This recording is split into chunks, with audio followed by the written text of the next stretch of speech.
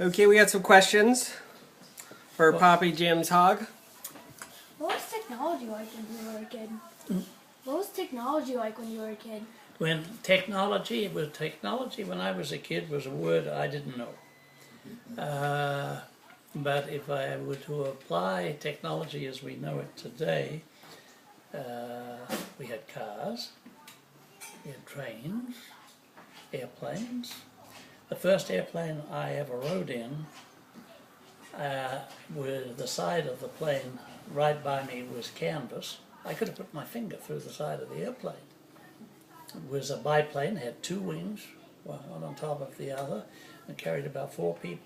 So you could stuck your finger right through the plane?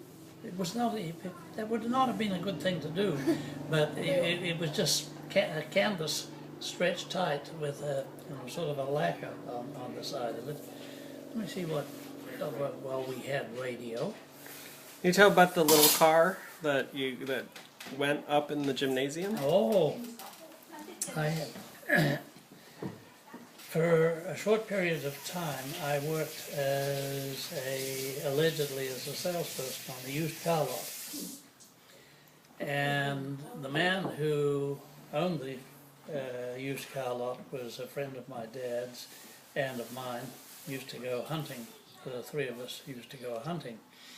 But he took in trade a car that was based on an Austin 10 chassis. Now, an Austin 10 was a car, this was actually built in 1930, and it was 10 horsepower, which it's hard to imagine today, but A big lawnmower would have. a big lawnmower would be have about that size power.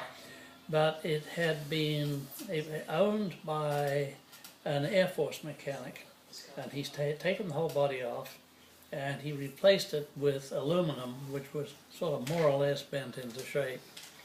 And so it was A, small, B, very light, and it was small enough that I could drive it through the back gate in our house and down the footpath. But I drove it over to the university, where it attracted a lot of attention. And the football team, the 15 of them, decided it would be really fun to carry this car up the second level of an old wooden building that was part of the university. It was really a big assembly hall, two level. Well, that evening, a very famous New Zealand general from the Second World War was going to deliver a speech to the assembled group. And the football team said, "Jim, wouldn't it be fun if you did loops in your car on the upstairs floor while he was speaking? That would really help his speech, wouldn't it?" So while the general was talking on the level below, I'm doing loops around in the car. We're revving the engine. The football team promptly carried the car back down the back stairs. So the only signs of it having been there were rubber treads on the wood floor.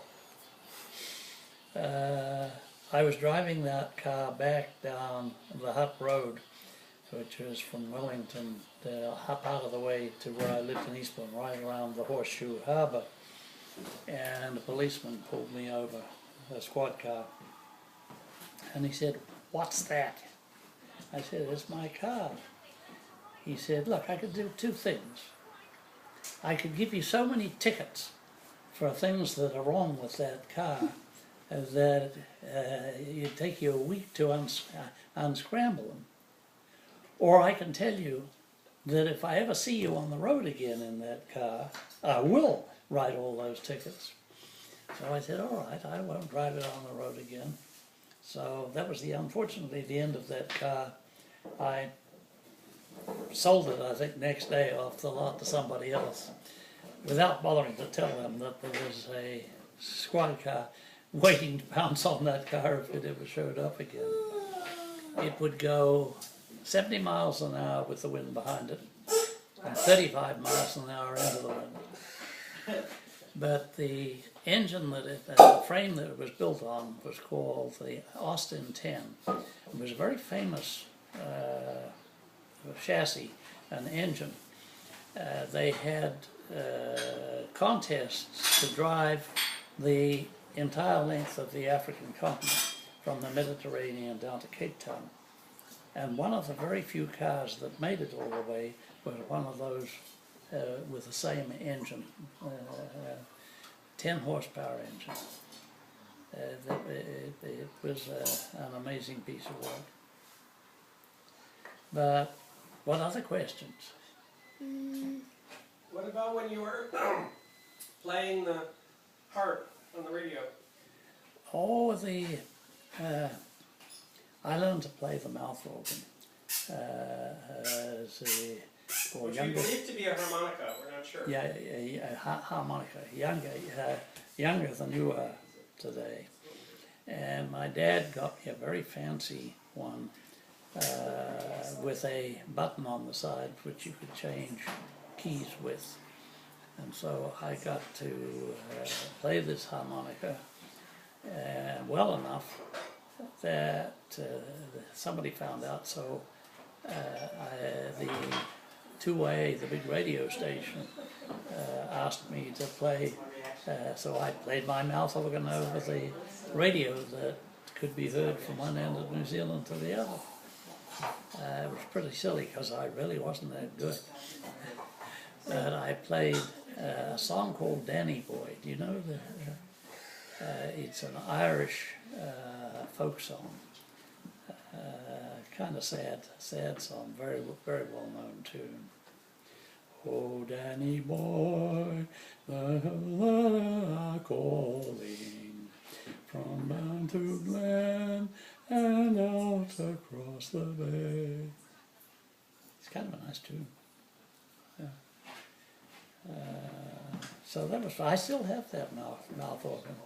But unfortunately, the reeds in it no longer work properly. So it was made by a company in Germany called Hohner, H-O-H-N-E-R, and today they're one of the leading manufacturers of accordions as well as mouth organs.